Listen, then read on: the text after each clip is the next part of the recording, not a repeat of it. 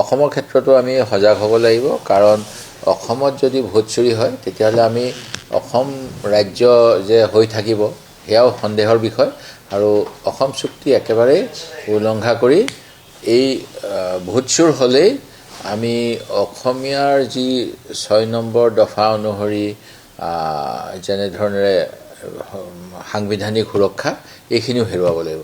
সেই গতিকে আমাৰ ইয়াত ভোট চুৰি হ'লে মানে আমি অসমীয়াবিলাকৰ একেবাৰে অৱস্থা বেয়া হ'ব। সেই গতিকে এই ক্ষেত্ৰত আমাৰ দলে নিশ্চিতভাৱে ৰাইজৰ লগত থাকিম, অসম মাতৃৰ স্বাৰ্থ ৰক্ষা কৰিম। সেই পণ ল'বলৈকে আমি যোৱাকালি দিল্লীৰ সভাখনত অংশগ্ৰহণ কৰিছোঁ। ময়ো এই কথা ব্যক্তিগতভাৱে সমৰ্থন কৰোঁ যে ছিট বিতৰণ সোনকালে হ'ব লাগে।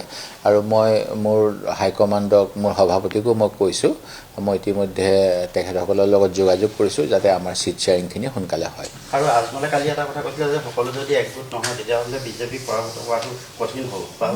আজমলৰ কথাটো মই মন্তব্য নিদিওঁ, বেয়া নাপাব। তেখেতে যি ইচ্ছা ক'ব পাৰে। তেখেতৰ মই শাৰীৰিক সুস্থতা কামনা কৰোঁ। তেখেতে অসমৰ নাম উজ্জ্বল কৰিছে আজমল পাৰফিউমৰ যোগেদি। গোটেই ভাৰতবৰ্ষত তেখেতৰ দোকানৰ যোগেদি আমি গৌৰৱ অনুভৱ কৰোঁ। অসমৰ সাঁচি গছ যিটো, সেই গছটোৰে যে তেওঁ বিশ্বত নন এলকহলিক চেণ্ট বনায়। আৰু তেখেতৰ ব্যৱসায়িক উত্তৰোত্তৰ উন্নতিও কামনা কৰোঁ। কিন্তু ৰাজনীতিৰ কথাটো মই মন্তব্য নিদিওঁ।